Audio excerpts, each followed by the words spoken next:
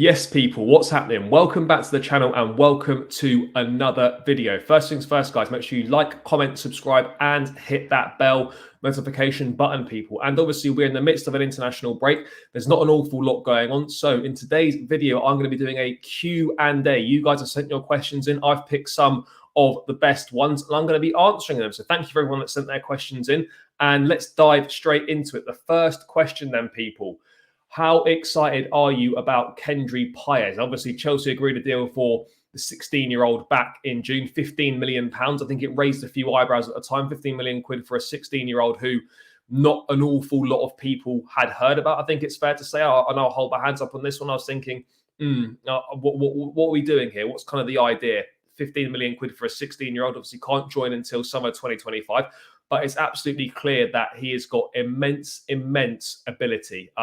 Obviously the other night scored for Ecuador, assisted by Moises Caicedo. Something hopefully we'll be saying a lot in the future at a Chelsea perspective. But look, I think what's clear is that Paez has got so much ability, playing for the Ecuadorian national side at 16, youngest scorer in the Under-20s World Cup, I think youngest player to play for Ecuador, youngest goal scorer for Ecuador. There's so much ability there. It's clear to see. I mean, in terms of 16-year-olds, you're looking right now on the planet. Obviously, Lamine Yamal is the exceptional standout playing at Barcelona. I think Kendry Paez is every bit as talented as Lamine Yamal is. Obviously, he's just not doing it on as big a stage as Barcelona and the Spanish national side at this point in time. I think, he's got the talent, he's got the ability, he's got all the attributes. Yes, there's still a long way to go until he joins Chelsea at summer 2025, so when he turns 18. And look, he'll develop a lot more as a player. There's always a danger potentially when you start playing so young that you might burn out towards the end of your career, or your prime years come a lot earlier potentially. But look, I think I'm really, really excited by this player, by the kid. He looks special. He's got all the attributes, as I said. And I think what it does show is that our scouting network is very, very good. Our talent ID seems to be improving a lot. You could even say it's exceptional at points. You're looking at Kendry Paez, you're looking at Malagusto, you're looking at Leslie Ugochukwu, who people weren't sure about. Even looking at players like Angelo's on loan at Strasbourg, who's doing very well there. The talent ID seems to be improving a lot at Chelsea. The scouting seems to be working, and our way of identifying players seems to be massively improving, which is something that desperately needed to improve, and it looks like it is. So in terms of Kendry Paez, yes, I'm absolutely excited. What he's doing at 16 years of age is nothing short of phenomenal. But at the same time, we need to keep our feet on the ground. He can't join until summer 25. A lot can change between now and then. How will he adapt to the Premier League? How will he adapt to Chelsea? What will Chelsea be like come summer 2025? We'll imagine it will be a more rounded team, etc., etc. So yeah, look, a lot can change between now and then, as I've been saying. But yeah, no way can you not be excited by this kid. But we just got to keep our feet on the ground with expectations. But I certainly can't wait to see him in a Chelsea shirt. And it looks like we found ourselves a top player. And £15 million in June. If you tried to sign him now, it probably cost it double that already. So it looks like we could have found ourselves a gem and absolute snip. So yeah, I can't wait to see how he does in the future. He's got all the attributes to be a phenomenal footballer. Next one. Has Cole Palmer's impact surprised you? Yeah, I think it has, and I think it surprised a lot of Chelsea fans. I think for me personally, when the deal was announced, everyone was like, "Oh, Chelsea have got a mystery attacker on their list." I don't think a single person had that mystery attacker down as Cole Palmer. But look, he's been brilliant. We know that he's come through the City Academy, through the Pep Guardiola School of Learning, and there's not a better place to get your football education. He's had some big moments with City, goal in the Community Shield, goal in the European Super Cup final. He's played minutes here and there in the Premier League. He's a winner, Premier League, Champions League, FA Cup. Yes, he hasn't played a huge part in those things, but he's been around a winning environment, an elite environment. And that's really important. I don't think you can underestimate how important that is. Learning from the players, learning from the coach in Guardiola's that he's learned from. And he's been outstanding since he's arrived at the club. And I certainly didn't expect him to have an impact this quickly. Would we have signed him if Nkunku wasn't injured? That's a difficult question. Who knows? But I'm certainly glad that we did. What really impressed me the most about him is that he's one of those players that never shies away from the ball. And when he gets on the ball, his first thought is to always make something happen. His eye for a pass is brilliant. His touch is fantastic. The way that he looks after the ball, the amount of interceptions he makes as well. like he's such a well-rounded player, and I can't wait to see how he develops. I think, you know, he's what people thought Kai Havertz was going to be when we signed him from Leverkusen, drifting in from the right, assisting, scoring goals. Cole Palmer is what people thought Kai Havertz was going to be, but actually delivering and doing it. Yes, I know it's early days, but he's made such a good start. And you can see that this kid's got that mentality, he's got that drive, and he's a really top player. And, you know, for £42.5 million, I think we'll look back at this one and think, fuck me, that was an absolute steal. So, yeah, Cole Palmer's impact has surprised me. Not because I didn't think he was a good player, but I didn't expect him to settle this quickly and show his quality this quickly in a side that's still massively finding its feet. But right now, he's one of the first names on the team sheet, and long may that continue. So, yeah, I've been very, very surprised with him, and I'm absolutely delighted. And I'm a huge fan of the kid. Next one. Why do you think Poch is playing Levi Colwill as a left back? Well, obviously at the moment injuries, but beforehand it wasn't because of that. I don't know. Perhaps he provides a little bit more cover to Thiago Silva on that side if needed. We know Thiago's getting a bit old, hasn't got, you know, he might need a little bit of extra help, etc. That could be one reason. I think another reason as well, you see it quite often. I see it certainly at Man City, they play 4 centre backs as a back four at times. You know, you quite often get a centre back at left back. You see Vardy playing there on occasions. Levi Colwill has played there.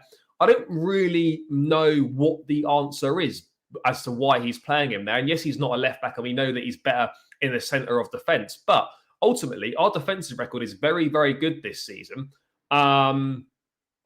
So I don't see it being a major issue. Yes, he's not as good getting forwards. We know that as a Ben Chilwell would be, for example. But, you know, he's got that quality. We've seen the pass from Mykhailo Mudrik's goal against Fulham. He's defensively very good, as we know. And it's a useful option to have under our belt, so we can play him there. And then the Silva and the Disasi partnership is looking very, very solid. As I said, we're not conceding many goals. So for me, doesn't really need to be much reason to change it. The real questions will sort of come back as when Chilwell's fit again. What happens then? Does Colwill drop into centre back, or does he stay at left back? But right now, I don't have the answers to why Poch is doing it. Maybe tactically in the side he thinks it's good. I'm not too sure, but yeah, look, I think nowadays we're seeing, you know, teams play four centre backs in a back four, and maybe Pochettino's having a bit of that. But at this point in time, I think it can't be a bad thing for his game to be playing there. But I am surprised to see him there. But again, he's doing well, and that's just testament to him as a player. But I don't have sort of one nailed on answer as to why he's doing that. It must be some sort of tactical reason, or perhaps to offer a little bit more protection to Thiago Silva. Those are the only reasons that I can really think of at this point in time. Where do Chelsea need to be at Christmas to make a strong push for the Champions League qualification? Let's throw it ahead a little bit. Look, obviously we're 7 points off the Champions League qualification spots at the moment. We know we've got a tough run coming up after this international break.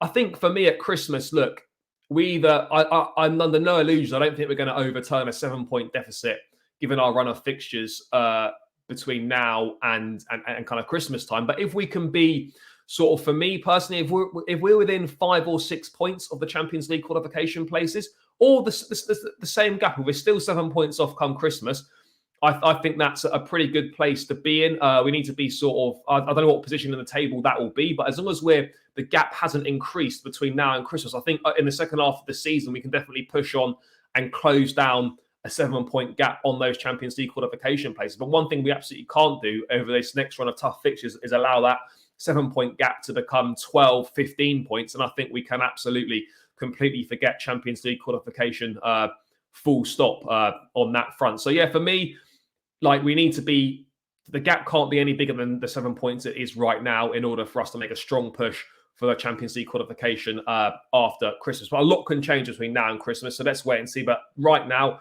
that would be my answer. We have to make sure that the gap hasn't got any bigger than the 7 points, 100%.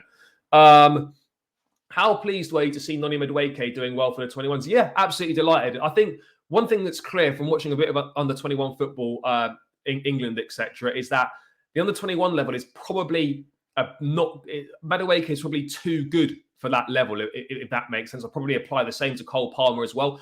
He always seems to do very well for the under-21s.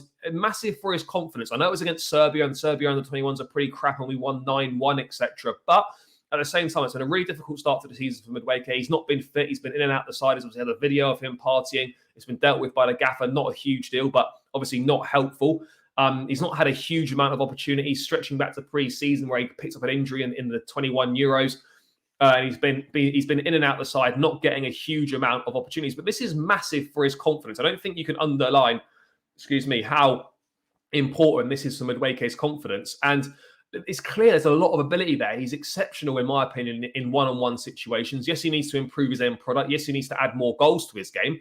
But look, there's still a player there. There's immense ability there. But a little bit like Mykhailo Mudryk in the earlier games of the season, he needs to earn the manager's trust. And then when he gets given those opportunities, he has to make the most of them to make sure that then he puts Pochettino in a position where he can't be dropped or he's the first one to go to from the bench. He needs to force his way into the manager's thinking. All he can do is perform well on the pitch when he gets given the opportunities and train really, really hard. I'm not saying he doesn't train hard, but train even harder than he's currently doing. But look, you've got Mykhailo Mudryk in form, you've got Raheem Sterling coming into form, you've got Cole Palmer in form, and you've got Noni Madueke, who I think a lot of people are sleeping on, and he's coming into a bit of form potentially. This can only be a good thing and a really welcome headache selection to have. You've got 4 attacking players in form, and you sort of got a decision on who to pick, then that can only be a good thing. All pushing each other on to do better, all pushing each other on to perform at a higher level can't be a bad thing. But yeah, for Madueke,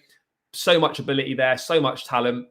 Delighted for him. Really, really big for his confidence. And hopefully now, with a lot of games coming up, he's going to get more opportunities to showcase what he can do. And it's just about taking those opportunities, because Pochettino will give young players chances.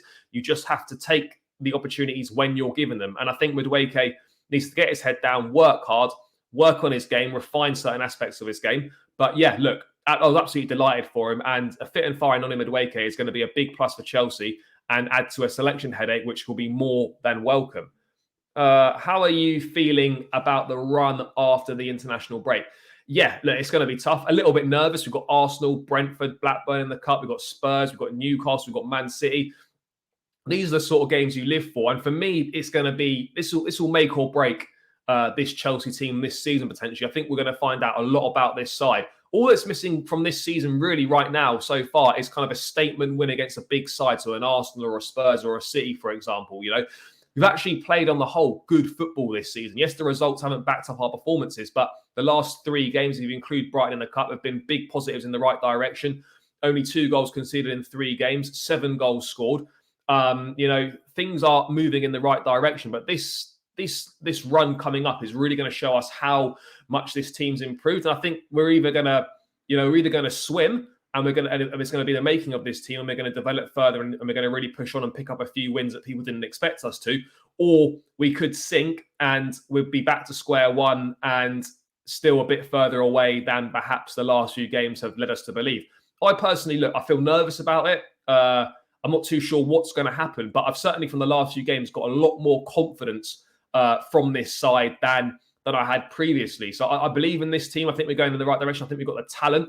The performance level on the pitch has been very, very good. And now it's just about putting it together against tougher opposition and more top-level opposition, you know. We create chances, but in these big games we've got coming up, you can't afford to be giving up your chances. You've got to be putting them away. So that's the difference between playing your likes of your Burnleys and your Fulhams compared to your Arsenals, your Spurses, etc. Is that when you get your chances, you have to take them. It's as simple as that. So yes, I'm nervous about it, but I'm cautiously optimistic as well. I think we can surprise a lot of people in this run and do better than a lot of people are giving us any chance to do so. So yeah, cautiously optimistic would be how I'm feeling, but I'm under no illusions that it's going to be very, very tough. And we could certainly struggle in certain games, and we just got to stay patient. It doesn't mean that we can excuse any poor results, of course not, but we have to stay patient because good things are coming. But yeah, guys, thank you so much for sending those questions in. I will do another one of these Q&A videos in the next international break. If you enjoy them, please let me know in the comments below. Be sure to smash a like on the video, subscribe to the channel if you are new around here, edging ever closer towards 7,000 subscribers. Every new subscriber helps. So yeah, please do all those things, guys. It's greatly appreciated by myself. But yeah, guys, until then, I'll catch you again in another video soon. Up the Chelsea and peace out, people.